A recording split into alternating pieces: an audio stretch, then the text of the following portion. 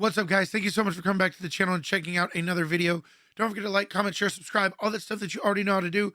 And as always, guys, if there's any video you want me to react to, simply send it to me on social media. Clickable links are in the description. My DMs are always open, or you can simply leave them in the comment section of any of my YouTube videos. I read every single comment. Guys, I want to go and jump right into this because I think this is amazing for so many reasons. And we'll talk about it at the end because I know you guys came here for the video. So we're going to go and jump right into it. This is what Jelly Roll had to say at a Senate meeting he attended a couple of days ago. Guys, this is one of the most impactful speeches I've ever heard in my entire life. And as I said, stay tuned at the end as I give my thoughts. Thank you all so much. Let's get to the video.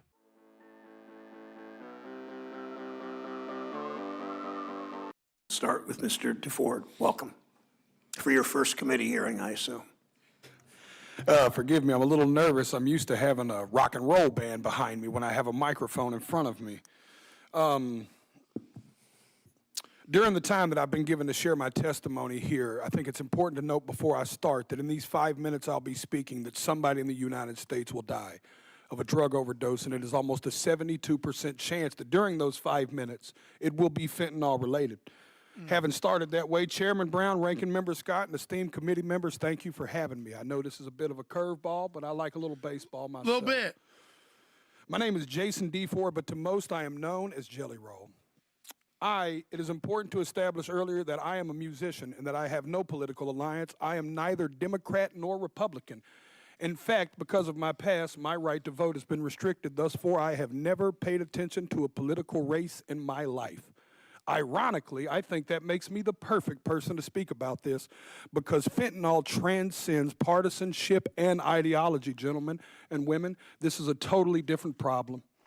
Absolutely it is. And really quick, guys, I'm going to apologize in advance for pausing. I've got ADD really, really bad. And if I don't say what I'm thinking, I'm going to forget and then it's going to bother me. So please bear with me. But I think it's I think he's incredibly accurate. It is a curveball because, 20 years, forget 20 years ago, 5 years ago, you would not see somebody on the Senate floor talking to these people who admittedly is a convicted felon, admittedly is a former drug addict, admittedly is a former drug dealer, somebody with face tattoos, and he just completely does not look like somebody you would see talking to people in the Senate about serious issues. But at the same time, that makes him the perfect person, somebody who has had that past, somebody who has seen it from both sides as the supplier, as the consumer. I think he offers a lot of insight that people who are typically associated with the Senate and with the House and the presidency and whatever their political affiliation period, he offers something that they don't. He offers something that he offers a view and an experience that most don't have in that position. So I think it's awesome that he's there. And I was speaking outside to the media, and I gave them a statistic that said 190 people a day overdose and die every single day in the United States of America. That is about a 737 plane. That's what about a 737 aircraft can carry. Could you imagine the national media attention it would get if they were reporting that a plane was crashing every single day and killing 190 people? But because it's 190 drug addicts, we don't feel that way. Because America has been known to bully and shame drug addicts instead of dealing and trying to understand what the actual root of the problem is with that. It's fair. But the sad news is that that narrative is changing too, because the statistics say that in all likelihood, almost every person in this room has lost a friend, family member, or colleague to the disease. When he says it's misunderstood, I completely agree with that because for the longest time, the stigmatism around being a drug addict was, oh, this person woke up one day and just decided, I'm going to smoke crack. That's not the case anymore. Although there are still some like that, I'm not going to say that there's not. By and large, that's not the case anymore. For a lot of cases, maybe even most, It's as simple as somebody getting into a car accident and they go to the doctor and they break their leg and they get prescribed painkillers, and then they take their medicine responsibly, but through that they form a dependency. As somebody who was in the military, I seen it all the time. My brothers and my sisters would get addicted to the medication that they were prescribed due to deployment related injuries, due to work related injuries, whether it was in on deployment or here in the United States. And then most of you guys know my background. I was a narcotics detective, a police officer before I decided to be a YouTuber, and I seen it all the time. Business owners, real estate agents, people successful in real estate, and in all these everyday people, preachers. It comes like that. It happens like that out of nowhere. They one day they're a fully functional member of society. They get prescribed these medications, and their whole life down the drain. So not everybody who does drugs woke up one day and said, that meth thing everyone's talking about, think I'm gonna try that today. It's not the case with everybody. And we need to stop acting like that's the case with everybody. Disease known as addiction. I've attended more funerals than I care to share with y'all. This committee, I could sit here and cry for days about the caskets I've carried of people I loved dearly, deeply, in my soul, good people, not just drug addicts, uncles, friends, cousins, normal people. Some people that just got in a car wreck and started taking a pain pill to manage it. One thing led to the other, and how fast it spirals out of control, I don't think people truly understand. Exactly what I just said. So many people. Equally, I think it's important for me to tell y'all that I'm not here to defend the use of illegal drugs. Absolutely not. And I also understand the paradox of my history as a drug dealer standing in front of this committee. But equally, I think that's what makes me perfect to talk about this. I was a part of the problem. I am here now standing as a man that wants to be a part of the solution. I brought my community down. I hurt people. I was the uneducated man in the kitchen playing chemist with drugs I knew absolutely nothing about. It happens all the time. Look at the FBI. Whenever they have somebody, you guys remember that movie Catch Me If You Can? The guy who was doing like check fraud, and he was getting away with it, and they couldn't figure out how he was doing it. So when they finally caught him, they employed him. They're like, hey, you clearly know more about this than we do. Come work for us and help us put a stop to it. You have that opportunity right here. Not that he needs to be employed by anybody. He's willing to do it. He wants to do it, and he ain't hurting for money. I mean, he's a very successful musician. It's neither here nor there, but it happens all throughout history. It happens through all kinds of occupations and in different different areas of the law. Whenever there's somebody with a better understanding, it's always, hey, come help us. They have an opportunity right now to have somebody who has been the dealer, who has been the supplier, who has been the problem, and now has an opportunity to make him the solution or part of the solution, as he said. And I think that's an opportunity they shouldn't pass up.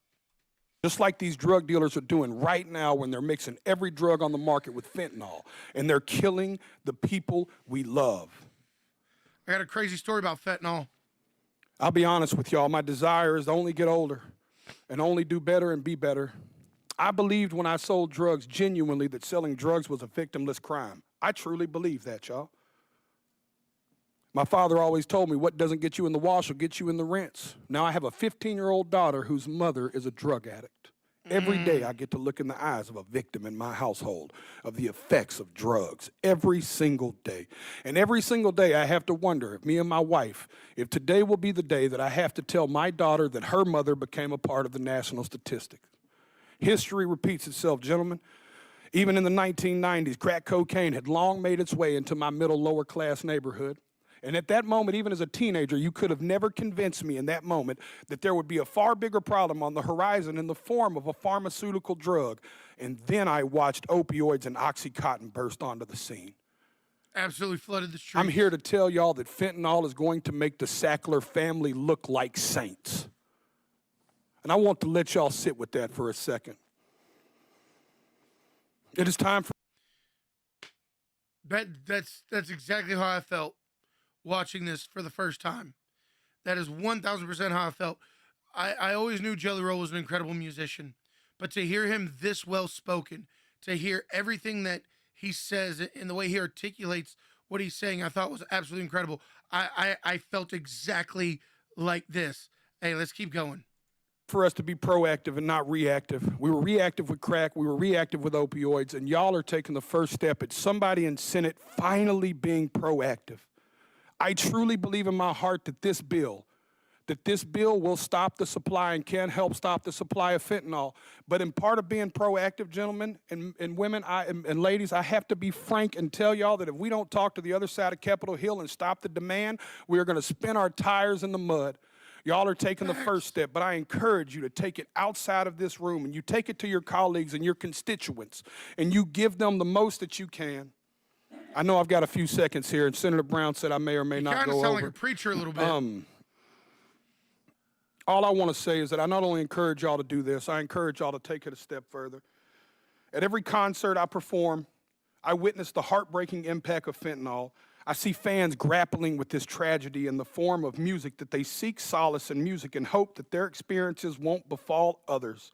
They crave reassurance. These are the people I'm here to speak for, y'all.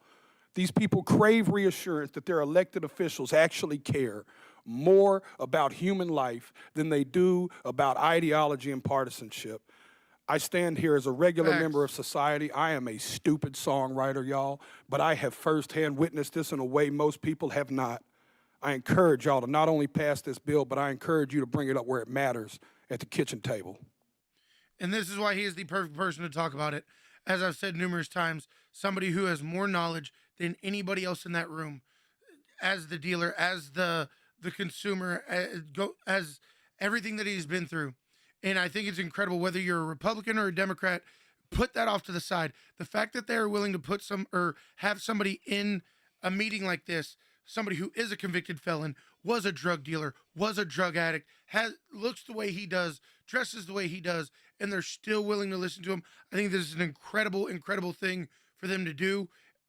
Again, forget what party you're aligned with. I'm not talking about that right now. Whether we agree, disagree, we can still be friends. I respect the fact that you have the right to choose to believe what you believe, just like I hope you respect the fact that I can believe what I believe. But to have Jelly Roll there, I think is a tremendous, tremendous step forward, because it's not some corporate yahoo that has no idea what he's talking about. This is somebody who's lived it, who's experienced it, who has the knowledge and has the capability to help deal with it and make it to help eliminate the problem. This is incredible. A few things I wanted to say. I've seen this as a police officer, as somebody in the military. I've seen it affect so many different people. And it's something that needs more attention. You know, he said in the beginning, imagine the news coverage it would get if they were reporting that a plane was crashing, killing 190 people every single day. I'll take it a step further. Imagine if it were 190 of the world's richest people, the Elon Musks, the Bill Gates, and the senators and the politicians. Imagine if it was them. And I'm not knocking anybody I named. I'm just using those as examples, because if it were to happen to them, it would get all the coverage in the world. Oh, well, Kevin, they chose that life. Not all of them. Not all of them. Some of them have, and I'm not excusing that. Just like Jelly Roll said in his opening statement, I am not excusing the use of illegal drugs in any way, shape, or form. But if you're sitting here thinking that everybody who has an addiction chose to have an addiction, not even close. I've seen it. I told you guys I had a crazy fentanyl story. I almost died from fentanyl, and I've never done drugs in my life. I take gummies now because I got hurt and my back and my knee are shot, and I don't want to take painkillers. I don't want to get addicted to painkillers. And for the first time in 13 years, first time I took a gummy was the first time in 13 years I had no pain in my back. I had no pain in my leg. And it really, really has a lot of medicinal purposes. and I don't want to get addicted to painkillers. It is legal in the state where I live at. I'm not promoting it. I'm not telling you to do it. I'm not trying to form your. I'm just sharing with you what I do. This little jar with a white lid right there. It's exactly what it is. It's a jar of gummies, and I take them as needed. I've had that one jar for months, so I don't take them every day. But anyway, I think Jelly Roll is an amazing person. I think he's the perfect person to speak on something like this. I think he is in a position where he can really, really help people if they just let him help. Jelly Roll, if you ever see this, I am a fan of yours. I'll always be a fan of yours. I cannot thank you enough for allowing me to play video games with you. When you were on Twitch a couple months ago and you were asking people to join in and play some games, I was one of the people that you played video games with, and I hope we get to do that again soon. I know you're a very busy man, but whenever you jump on video games and you want somebody to run some games with, hey, I ain't the best, but I'm funny. And I would love to have a conversation with you. I know you do a lot of podcasts, you do a lot of interviews. I don't have a real big channel, I don't have a real big audience, but if you'd be willing to give me a few moments of your time, I would love to have a conversation with you about stuff like this, how it's affected my life, and just a conversation that I don't really get to have with a lot of people. So thank you very much. And Jelly Roll, I think what you did was awesome. You deserve every one of your flowers. Guys, don't forget you can request any video for me to react to, whether it's something like this, whether it's a music video, whether it's stand-up comedy, no matter what it is, send it to me in my DMs. Social media links are in the description, or you can just leave it in the comments of the YouTube videos. Thank y'all so much. I'll see you at the next one. I'm out.